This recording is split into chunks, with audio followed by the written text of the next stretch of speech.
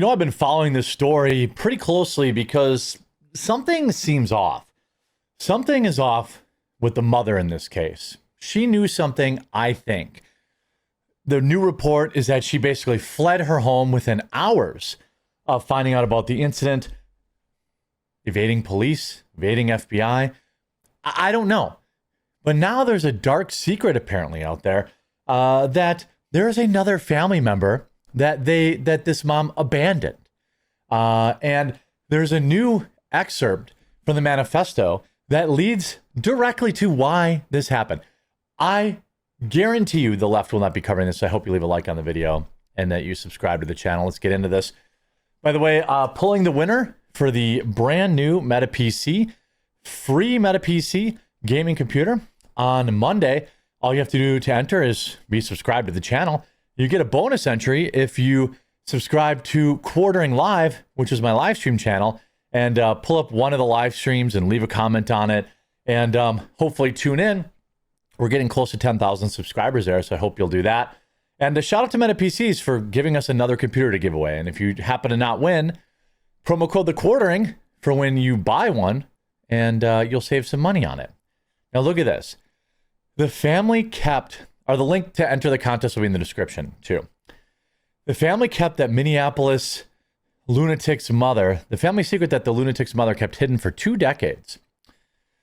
The mother of Robin Westman, the radical that went into the Catholic Church, appeared in a movie about her reunion with her daughter that she put up for adoption as a child.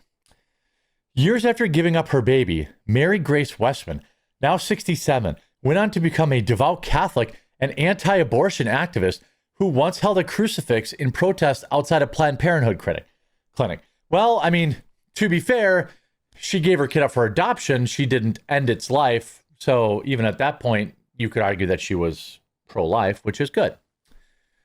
Mary Grace has so far refused to cooperate with police seeking information about her son. She flew to Minnesota on Wednesday afternoon within hours of the shocking incident at the Church of the Annunciation Catholic School that took 2 children and injured 18. Farrell Amadeus, 44, Los Angeles-based filmmaker, wrote and directed a film called Mary Meet Grace in 2021, a fictional retelling of her real-life reunion with her biological mother, Mary Grace. In interviews, Amadeus, who grew up in Brooklyn, New York with her adoptive family, was then known as Rachel Millett, who has since formed a close bond with her biological mother. Amadeus, who did not return our calls or emails from the Daily Mail, writes on her new website that she was adopted and shipped from Kentucky like a box of whiskey to New York. I was in foster care a month before I was adopted, and that family sent me a card every birthday, Amadeus said in 2021. Well, that seems like she had a good adoptive family. It meant so much to me to know I was just like in a basket somewhere. Interesting. So she had an adoptive, a kid she gave her adoption, but more interesting, there was a huge weapons cache found, as well as more information around the motive. Minneapolis maniac Robin Westman blamed the incident on mom warning him not to change gender and discouraged people from letting their kids transition. If you want to know why no mainstream media is covering this, now you have your answer. Deranged Minneapolis loser Robin Westman blamed his mother for his decision to take out, quote, so many people at a Catholic school after she warned him that he would regret transitioning to female. While next in line in his manifesto, he discouraged people from letting their kids change gender. In the disturbed video, Westman, 23, quote, claimed to be anxious about a visit from his mother in an entry dated July 1st, where he recalled her concerns about him transitioning. Quote, your words, mother, made me stay in discomfort, unable to ask for help to avoid admitting defeat. You were right, mama, but the way you handled it led me wanting to end so many people's lives, he wrote. So he says she was right in not wanting to, in telling him not to transition. But because he was right, because his mom was right about not transitioning, he had to go take out a bunch of kids' lives. In the ramblings, the crazed lunatic also appeared to blame transitioning and smoking herb for his attack. Much of the manifesto is written in homespun code that uses Cyrillic characters and English phonetic words, which have been translated by the Post. The July 1st entry included second thoughts about Westman having regarding his gender and worries that the world would change during the meeting with his mother. When I was first out to my mother, she was very antagonistic. She really made me hate myself, and I think I will never be good enough, Westman wrote.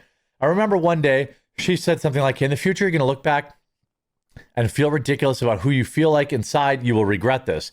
Well, guess what, Mom? I regret being born, he added. But he also said she was right, and then he regretted transitioning.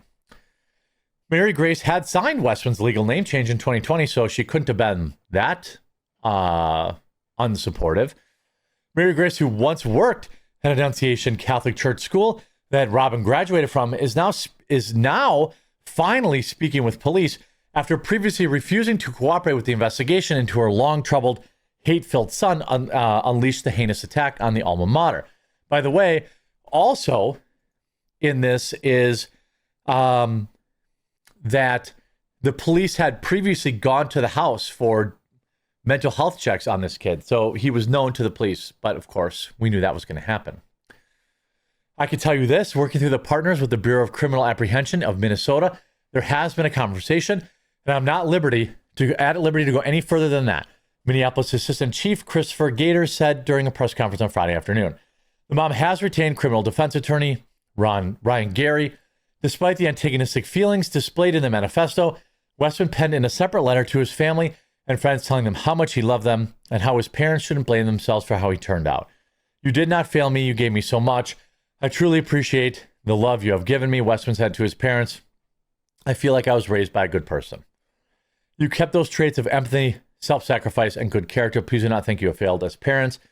He admitted in a series of disturbing online videos that he regretted being brainwashed into becoming trans and planned to cut his hair before unleashing his carnage, in which he planned to take out more kids. Now, I don't know if he actually did that. We do have some live updates. You see his has a disturbing history of red flags. Why didn't somebody speak up? Disturbing revelations since the Annunciation Church incident. Westman was a deeply deranged young man who, by any yardstick, was a ticking time bomb, prompting many as yet unanswered questions about how such obvious warning signs were missed. At 23, he had a sick fascinations with these incidents and with, of course, Adolf from an early age. He bounced between schools as a teen while harboring feelings of self-harm. He said he believed life was pain. In his sprawling crazed manifesto and scheduled YouTube post at the time of the incident, Westman voiced a lifelong admiration for these people, particularly Adam Lanza, the Sandy Hook loser. Sandy Hook was my favorite. I think, exposure of these school incidents. He wrote in of the worst elementary school incident. What's interesting is now we know 8-year-old boy has been revealed to be Fletcher Merkel. Looks like a good kid. Obviously did not deserve that. We have House GOP, Tom Emmer, calling for the repeal of Minnesota's, quote, trans refuge law. I don't know if that's going to help. Again, what's going to happen is, I don't know, I can't say for a fact because I'm not a doctor, that being trans makes you more likely to do this. But I can say, as a noticer of trends, that people who do this are almost exclusively trans. Would they have been in mental institutions? I talked about this on Friday. There was another incident that had a trans individual take a man's life who was a father of a 6-year-old who was walking home after walking his kid to school. He had a bunch of social media posts that should have been reported to the cops, officials say. Well, what a surprise. Now, the cops had 3 addresses on file for the Minneapolis lunatic. It's unclear which one he was living in. He targeted daily mass, we now know as a fact. We also know that his sidearm malfunctioned and he fired 116 shots, were recovered from the scene. It's very, very weird. All of this, everyone's going to politicize, oh, we need more gun laws. Well, no, because mine have never, before losing them in a tragic boating accident, they had never left my basement to commit any crimes. I know the Second Amendment shall not be infringed, but I do think that instead of